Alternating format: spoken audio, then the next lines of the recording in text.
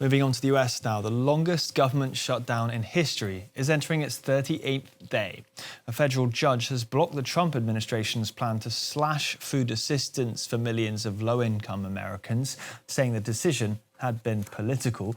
Meanwhile, air traffic controllers are working unpaid overtime. Transport Secretary Sean Duffy has ordered a 10% flight reduction at 40 major US airports unless a deal to end the shutdown is reached. Liza Kaminoff has more. Chaos in US airports with delayed flights and endless queues at security control. The government shutdown has not just left severe staff shortages, but some 13,000 air traffic controllers and 50,000 security agents working unpaid. The Federal Aviation Administration decided to stabilize the situation by cutting 10% of air traffic across 40 airports, which could further affect travelers. Like the traffic controllers having to work without pay all this time, I think is just unreal. And that 10%, that's going to affect people like in my industry, because I do travel a fair amount. I'm okay flying out today. I'm supposed to come back on Monday, and I'm a little nervous about being able to get home. And why is that? Because it's possible that there will be a lot of cancellations and delays. Airlines have 36 hours to slash flights after the US Transportation Secretary announced cuts to transport hubs across 24 states. Among them are the busiest airports like New York, Los Angeles, Chicago, and Dallas. There'll be frustration. We are working with the airlines. They're going to work with passengers. But in the end, our sole role is to make sure that we keep this airspace as safe as possible.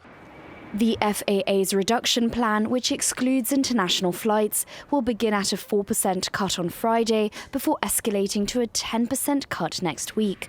While airlines like Delta Air and American Airlines moved to reassure panicked passengers by offering refunds, the White House took a different approach. President Trump stated on Thursday that despite the reduced air traffic, it is still safe for Americans to fly.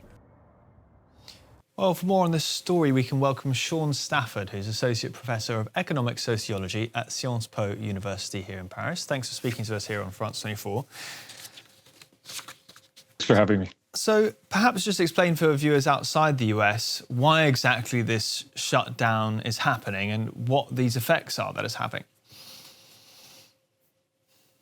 The federal government is funded through appropriations that are passed by the U.S. Congress.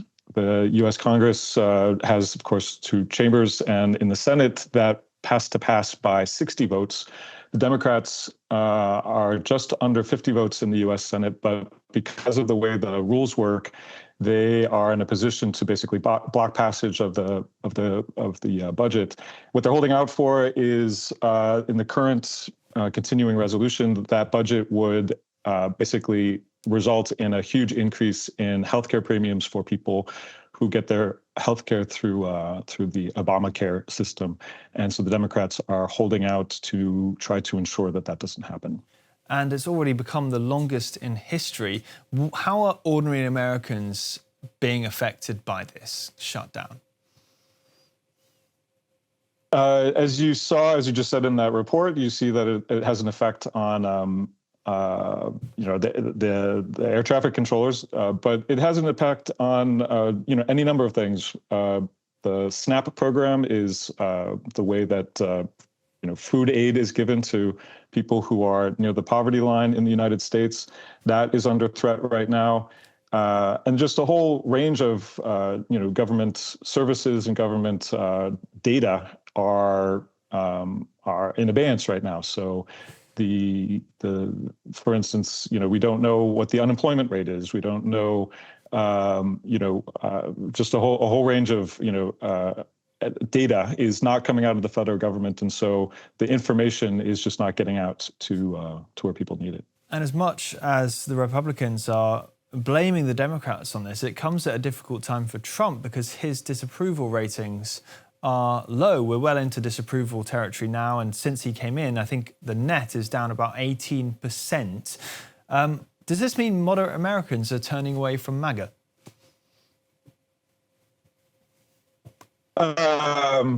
We'll see. It comes at this difficult time, but the difficult time has been accumulating. President Trump, when he came in for his second term, took a number of moves that took everybody by surprise and really just captured a lot of political territory, and has been accumulating more and more political power to himself over the last few months. But at the same time, we've seen just any number of elements chipping away at his popularity, at the sense that people have of chaos, starting, of course, with some really bizarre moves around trying to protect, it seems, himself and others with respect to the Epstein scandal. But not just that, demolishing the East Wing of the White House without any notice or sort of plan mentioned to the American people, sending troops into American cities.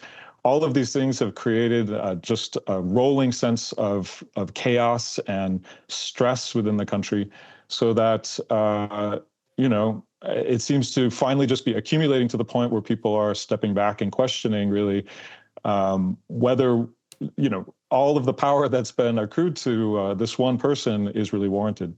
And can we read the Democrats' recent wins in elections, such as the one in New York City, as a kind of sign of the shifting mood and where things might be going in the future? Or is it too early to say that?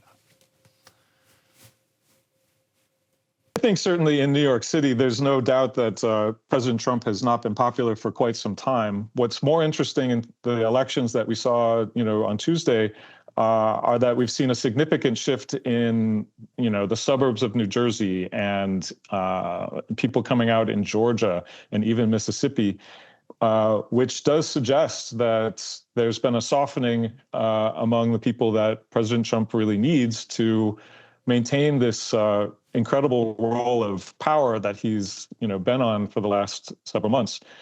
Will that translate into real political power in the elections that are upcoming next November, a year from this week? It's a year is a really long time in American politics. So many things can happen, but it's certainly not a good sign for President Trump.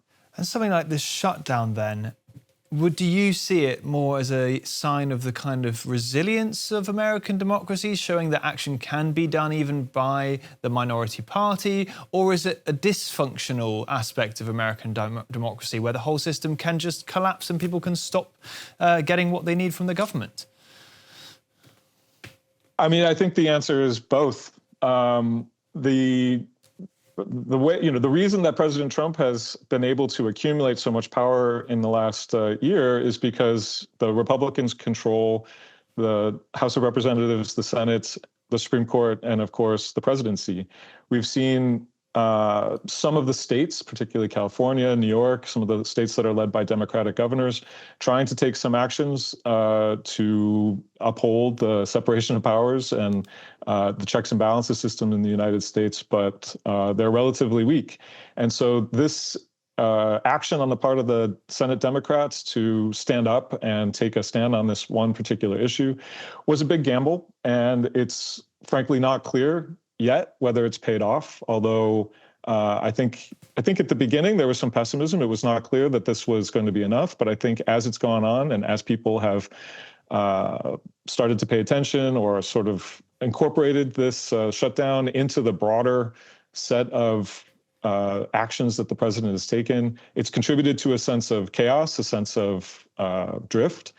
And I think that it's fair to say that at this point, you have Democrats who are feeling more confident that that strategy is potentially going to pay off politically. Now, Sean, in my memory, the last shutdown that we had, which was over the border wall back in 2018, this was a much bigger news story. Is it simply because there are so many big news stories at the moment surrounding Trump? Is this your sense as well? But this one is clearly more important because it's gone on for longer. Yeah, absolutely. Actually, my very first kind of professional moment in life back in the 1990s when I had moved to Washington, D.C., and that was the first sort of modern shutdown under President Clinton. And I remember at that time, led by the Senate, or so the House Republicans under Newt Gingrich. And at that time, this was absolutely the major story in the country for weeks, and was really considered a big deal. And it is remarkable this time how just within the stream of things that come out of the White House, this seems in some ways like just another element, just another rope in the thread in the rope. And but the fact is that the nature of a government shutdown is at the beginning, people don't really necessarily notice or feel the impact of the federal government sort of not doing its job on a day-to-day basis. But as a shutdown continues as long as it has, and more people start to feel real, deprivation, people without, benefits to get food for their families, people being stranded, in different cities because they can't get their flights, businesses not getting the information that they need on the weather or on the economy or whatever it is. This has a real cumulative impact, and the pressure starts to build. Now, in the past, that has not necessarily put pressure on the president. That has ended up putting pressure on the party in Congress that is sometimes seen to be the generator of the chaos. But in this case, because President Trump has been so uniformly or singularly identified with all of the actions that are coming out of the U.S. federal government, he's put himself in this interesting position where he takes the credit for some wins, but at the same time, he is maybe more vulnerable than other presidents have been in the past to the political pressure that comes from this kind of thing. Fascinating. Sean Safford, thank you for that. Sorry for calling you Stafford earlier in my introduction. Forgive me on that one. Thanks very much for speaking to France.